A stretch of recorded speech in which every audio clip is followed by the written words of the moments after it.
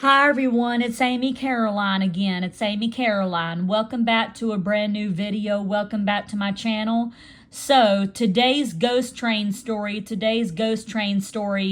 is Mikado, Georgia, Mikadongo, Georgia, Mikadano, Georgia.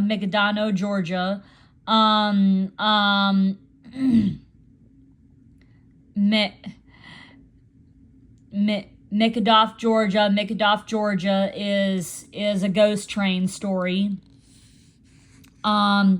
It happened in the 19-teens. It happened in the 1900s. Mikadon, Georgia ghost train. Mikadon, Georgia ghost train. Mikadon,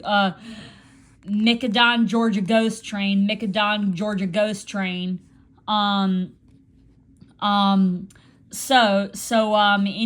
Anyway, I'm gonna show you an example from haunted hotels. I'm gonna show you an example of what the ghost story and what the ghost train documentary ought to look like and should look like on the Travel Channel if it ever can get, published on the Travel Channel by you guys out there. I'm not the writer. It's going to be up to you guys. It's going to be up to you guys to write the story and to write all the episodes and to write all the episodes and to put it on the Travel Channel, okay? All right? So Mikado, Georgia ghost train.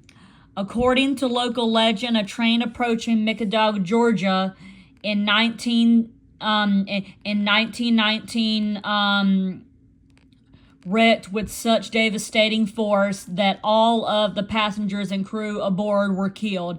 Since then, the train has its doomed occupants have tried to reach Mikado safely. As the ghost train approaches the station, its whistle blows, the engines roar, and smoke belches it into the air. People who hear the sounds always pause and look for a train, but the Phantom Rattler never reaches the station. Mikado is located on the former Southern Railway line, now Northern Folk Southern, from Atlanta through Mason to Brunswick, Georgia. It was once the site of a junction with a now abandoned Southern Railway branch from Mikado to Griffin, Georgia.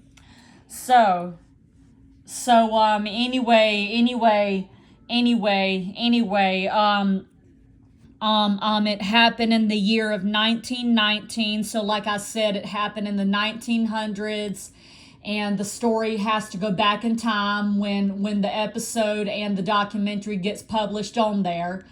And it has to have the people and the train going back in time, and then it has to have the spirits, and also it has to have the ghost train as a ghost, and it has to have a ghost train as an apparition and a spirit itself too. Anyway, I'm gonna read Mikadon, Georgia ghost train, and I'm gonna read one more story before I show you guys the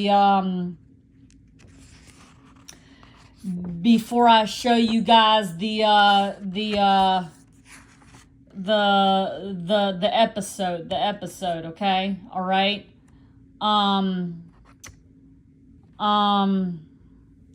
Okay. So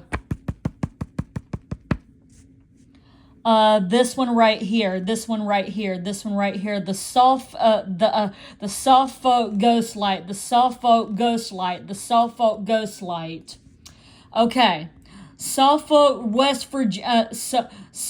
Virginia is Tidewater area community located on the very edge of the Great um um Dismal Swamp. The town was once an important rail center and is still crisscrossed by railroad tracks. Town folk report a ghost light, very much like the Cohoe ghost light, that appears on a bleak stretch of railroad tracks at the fringe of the Great Dismal Swamp, near Jacksonville. Jacksonville. I'm sorry, you guys.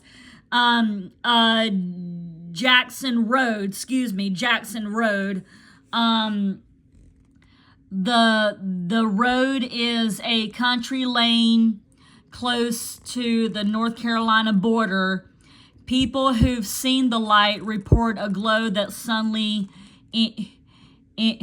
emulates the area and then is gone. Others report a light that bobs up and down and as it moves along the track. A light that looks like the glow from an old-fashioned kerosene lantern. The light, which can be quite bright, has been seen moving up and down along the tracks for as long as an hour at a time. It is usually seen in late summer or early fall. Locals have several versions of why the light appears. All say the light is the ghost of a brakeman killed at the spot, but they differ from there. One version says the brakeman, who had a very sick child, left home in a terrible storm to flag down a train to send for medical help. The engineer didn't see the brakeman in time.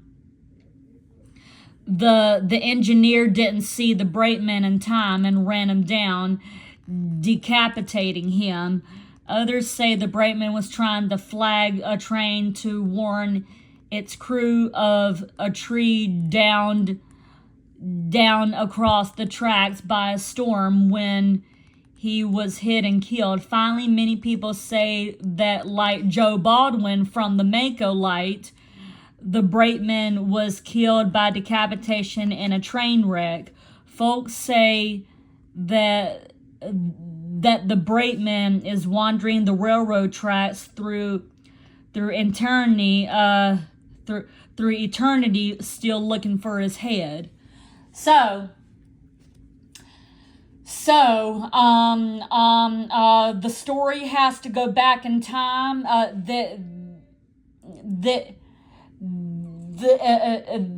This story has to go back in time too. This story has to go back in time too, and it has to go back in it has to go back in time where the brakeman was killed, and who had a very sick child, left home in a terrible storm to flag down a train to send for medical help.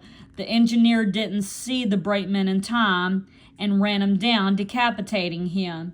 So the story has to go back in time, and then the person has to return as a spirit looking for his head. The Suffolk Ghost Light has to return as a spirit looking for his head. Same thing as the other story from the Mako light, which is what I will read pretty soon. Okay, all right. Anyway, um, um, I,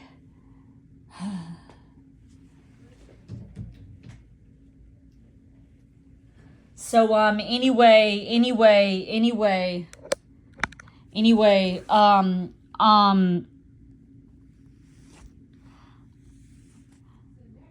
I, I'm gonna show, I'm gonna show you guys I, I'm gonna show you guys an example from Haunted Hotels of what the Ghost Train documentary. Um, I, I'm gonna show you guys a example of what Ghost Train has to look like if it were published on the Travel Channel. Uh, um, and then I gotta let my phone charge up after that. But I'm gonna go ahead and show you an example of from Haunted Hotels, and show you of what the Ghost Train documentary should look like on the Travel Channel. Okay, so here's what I'm talking about, and here it is.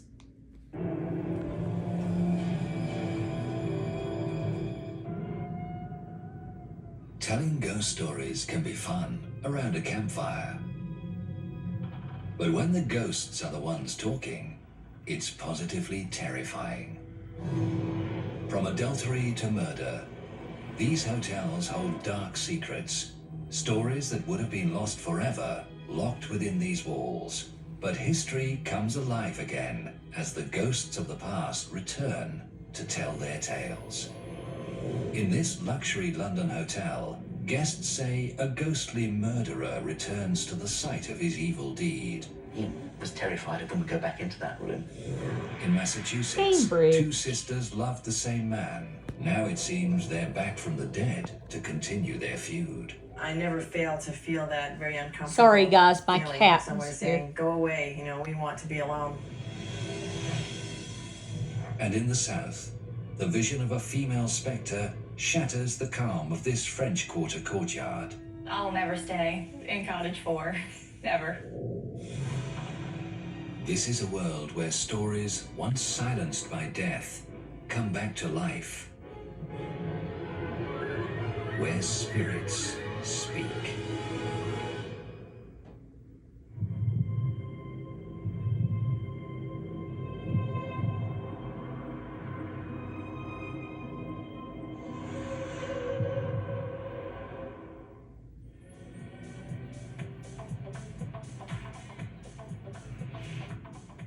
Each day, the streets of London are filled with tourists. From historical sites to nightlife, this city has it all, including plenty of rain. Well, it's nice to see that the English summer has once more returned to us and it's pouring with rain yet again. But that might account for why London is the most haunted capital city in the world. The misty sky and rolling fog create the perfect setting for a haunted tale and a jolly old London ghost tour. For many is the late night wanderer who's walking around this quarter of the old city when they found themselves confronted by the strange sight. Ghost tours trek through the city, stopping everywhere from the famous Tower of London to a quaint local pub. It seems there isn't a site in this city without a ghostly tale. The Romans left in AD 410, and since then we've had nigh on 2,000 years of demolition and rebuilding. And if you think about it, there's not one square inch of the city where when you walk across it, you're not walking on the tangible memories, the remains of millions of people who've lived on that site, walked across that site. Many believe that rich and varied past carries an added bonus. Ghosts only appear in places that are only the great happiness or great sadness. And if you think about it, London has it all. Aside from a rich history, modern London has much to offer. Theatre, nightlife, and world-class shopping. And in the heart of the shopping district, the Langham Hilton. We are literally about 3 blocks, about 3 minutes walk from Oxford Circus. Over there you have Oxford Street, you have Regent Street and Bond Street, Selfridges and all of the famous shopping areas of London.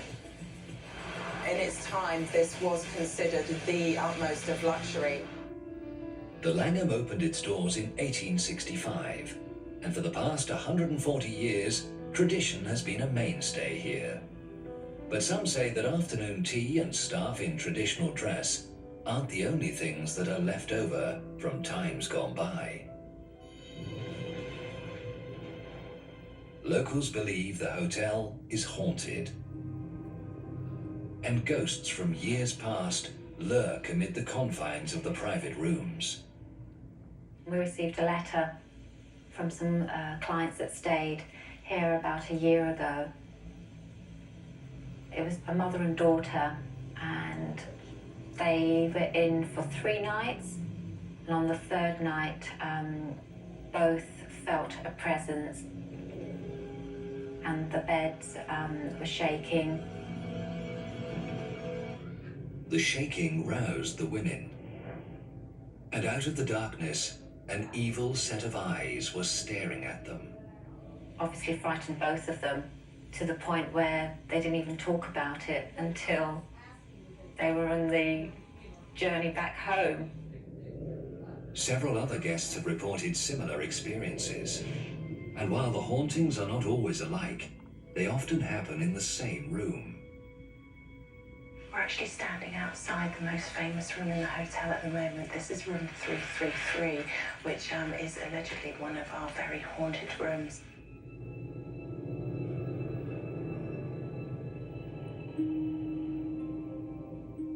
But who is this spirit who haunts room 333?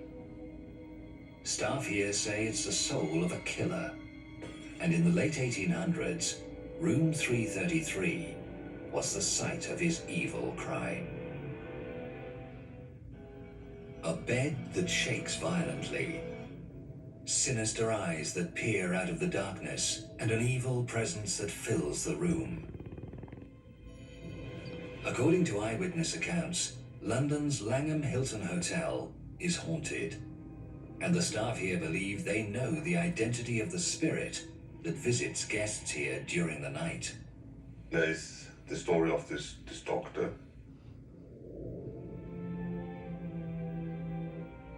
who stayed here on a honeymoon with his wife.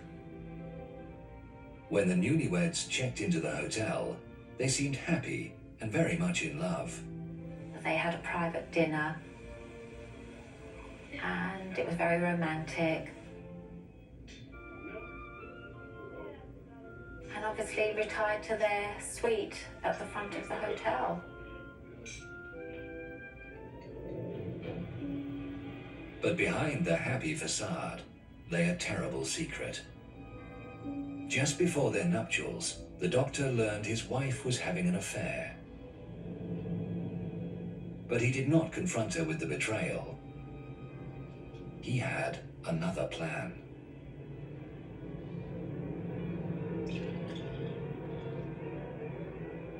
His anger drove him to murder, and just one drop of poison did the trick.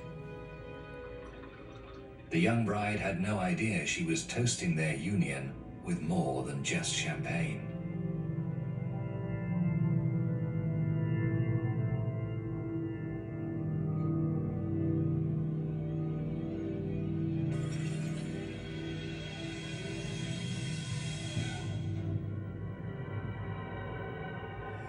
As she lay dead in their honeymoon suite, the doctor began to realize the gravity of his deed. Did he regret what he had done? Or was he simply fearful of getting caught? No one knows for sure. But hours after he killed his wife, the doctor took his own life.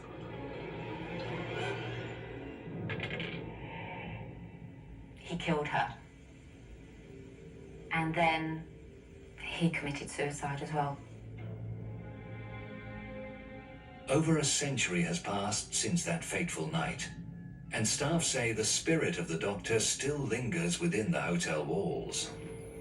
Are his ghostly tricks meant to drive out intruders? If so, it's already worked with at least one staff member. His encounter with the doctor's ghost was enough to convince him to stay far away from the guest rooms. He was working late one night. He noticed a dark cloak disappearing around the corner of the corridor. It didn't think too much of it at the time, but went around the corner expecting it to be a member of housekeeping doing their duties. And when he went around the corner, there was no one there at all.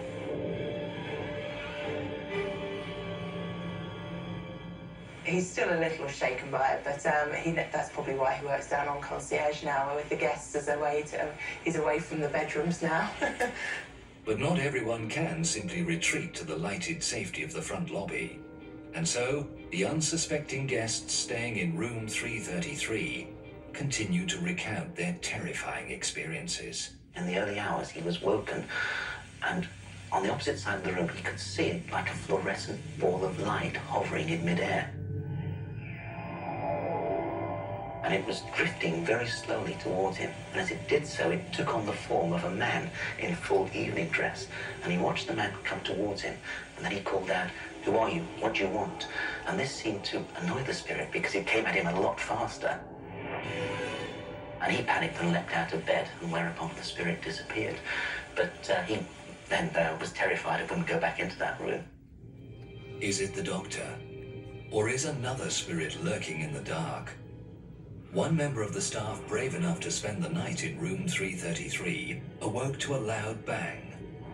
Before her eyes appeared a spirit, but this time it was a woman.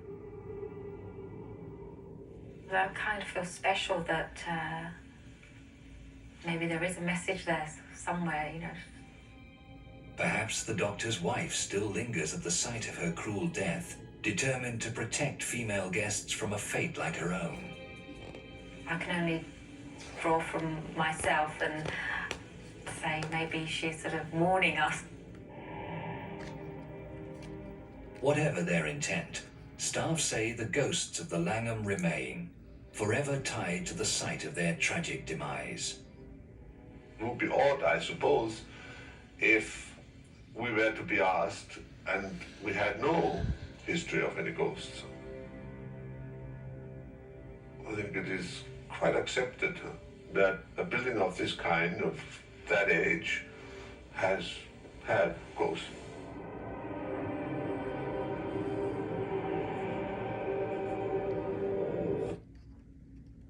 A lifetime of benefits and care. Okay, so I'm gonna stop there. And anyway, that is what I'm that is what I'm talking about. That's what I'm talking about. Okay, so the Suffolk Ghost Light has to be an episode, and the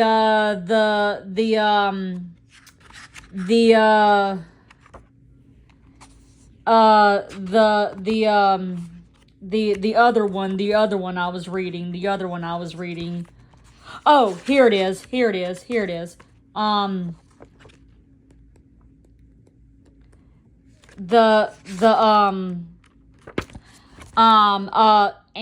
Micadon, Georgia Ghost Train has to be an episode also, okay? So Micadon, Georgia Ghost Train has to be an episode, and the Suffolk Ghost Light has to be an episode too, and also the Suffolk Ghost Light has to be an episode also. So you did you see how haunted hotels went back in time, and the people went back in time on haunted hotels, and then after that they return as spirits? Well, that's what has to happen in Ghost Train. If Ghost Train becomes a documentary show like this and like that, that is what has then make it look like that, okay, and that's what has to happen in Ghost Train, okay.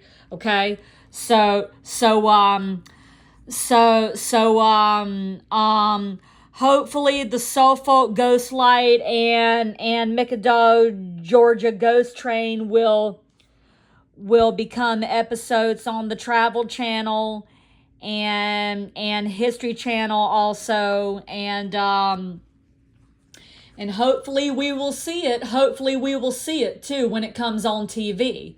So anyway, I have to charge up my battery. My cat's right here. So pardon her for getting in front of the camera. Anyway.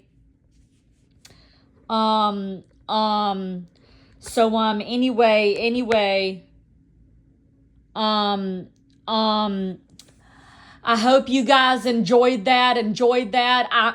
I'll be back in a few minutes with some more ghost stories and more examples and more ghost train stories in a few minutes.